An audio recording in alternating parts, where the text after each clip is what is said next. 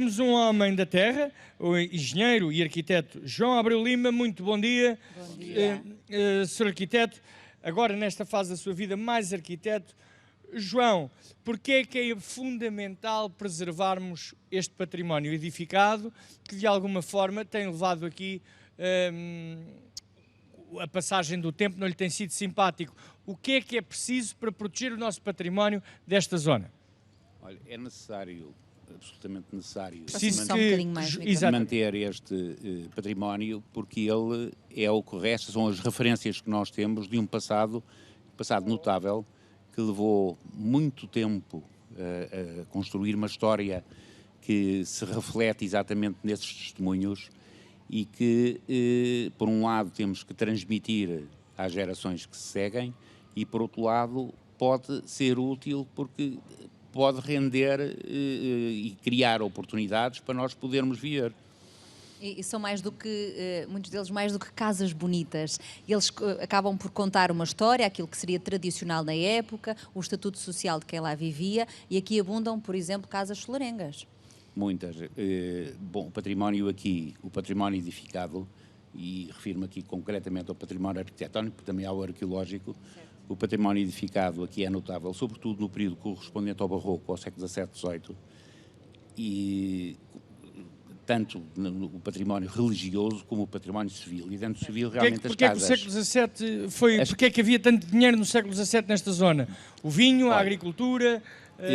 O século XVII foi um século complicado para a maior parte do país. Foi um século em que nós estivemos em guerra com a Espanha, mas aqui no Norte foi muito importante, sobretudo por causa do Porto de Viana, pelas relações comerciais que tivemos com o Brasil e com o Norte da Europa, sobretudo por causa do açúcar. Portanto, isso aqui foi importante. Mais tarde também houve uma época em que começou o milho, e o milho é a base fundamental da produção agrícola. O milho começou a vir, o milho grosso da América, portanto do continente americano, que aumentou brutalmente a produtividade. Mas o forte, quer dizer, a época forte e que foi realmente marcante na pujança, na riqueza, no aparato deste património, foi o século XVIII com o Brasil.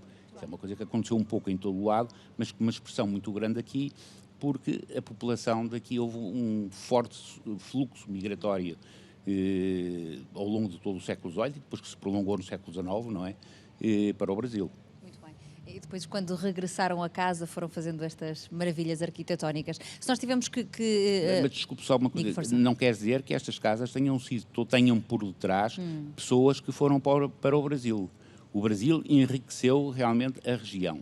Agora, o que houve foi pessoas notáveis, e aqui muito em Ponte Lima, que exerceram cargos preponderantes fora do país, certo, e que trouxeram muito prestígio, portanto trouxeram uma capacidade económica aqui à região, claro, que permitiu que essas casas tivessem sido reconstruídas nos 8, porque a maior parte delas até já existiam. Muito bem. Bom, mas de qualquer das formas, quando nós caminhamos aqui por Ponte Lima, estamos quase a fazer uma viagem ao passado, porque estas casas, lá está, transportam-nos precisamente para isso mesmo.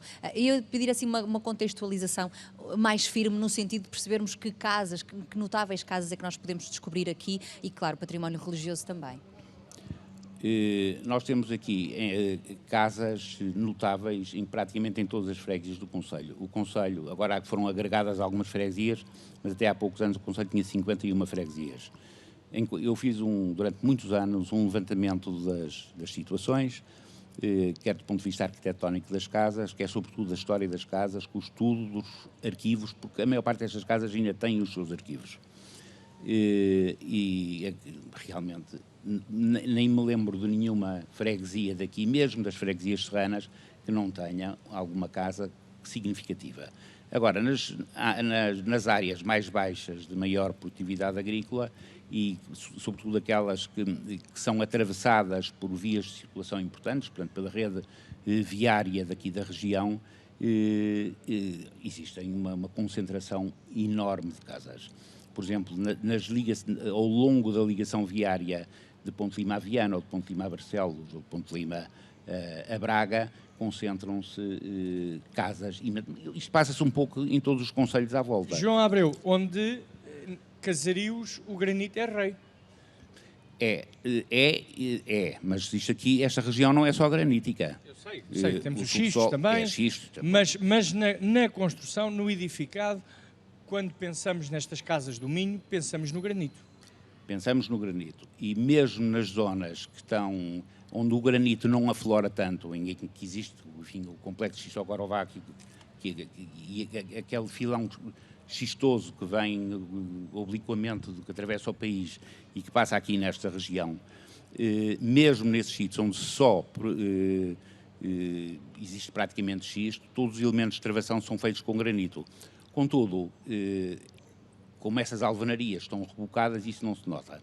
Agora, o que temos é aqui ocorrências pedreiras de granito de excelente qualidade e que eram utilizadas aqui, e já em tempos muito recuados o granito saía daqui para outros sítios, de grão muito fino, que permite um talho muito apurado, e, portanto são cantarias muito perfeitas, e isso, claro que se nota na exuberância, sobretudo nas peças barrocas, não é? João Abreu Lima, as casas também têm...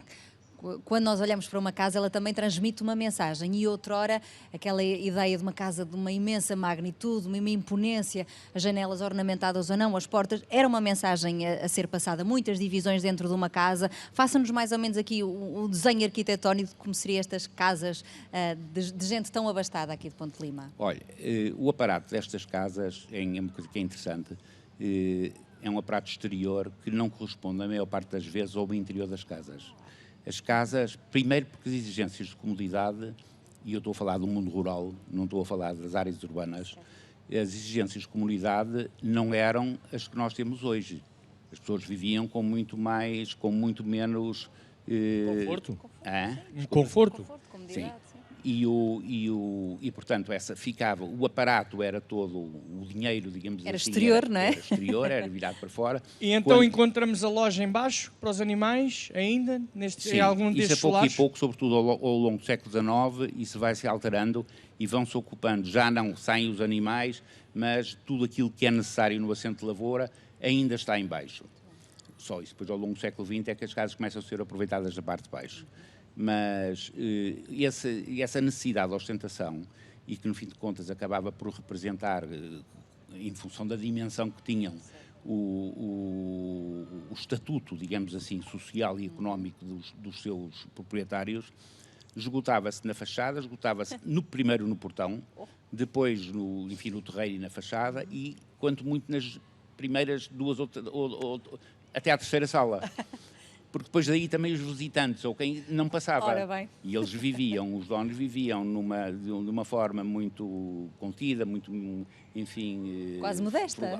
Não direi bem modesta, mas pouco menos no resto da casa. Aliás, as casas eram feitas, eram grandes divisões, feitas portanto, com as paredes. E muitas, não é? E depois eram divididas de geração para geração, conforme as necessidades e o tamanho de cada geração, eram divididas com pequenos taipais para construir as alcovas. Exatamente. Eram os pais do Pladur. Só, por exemplo, salas de jantar não existiam. As salas de jantar aparecem só no século XIX. As pessoas comiam, punham a mesa. O pôr a mesa significava exatamente isso, era pôr a mesa no sítio onde lhes convinha. Exatamente. Portanto, havia divisões da casa que nós hoje estamos mais que habituados e nem pensamos de outra forma, e naquela altura não existiam. João Abreu Lima, olhamos para aqueles tetos e temos uma particularidade de os vermos em caixão. Há vários nomes, não é? Aquele teto maceira. Em maceira, trabalhado, num formato quase em V, em maceira, justamente. O porquê? Estamos a falar de uma questão estética, mas estamos também a falar de uma questão de temperatura. Pois, e não é só isso, é que as divisões, quando não eram muito grandes, ganhavam um volume com a altura.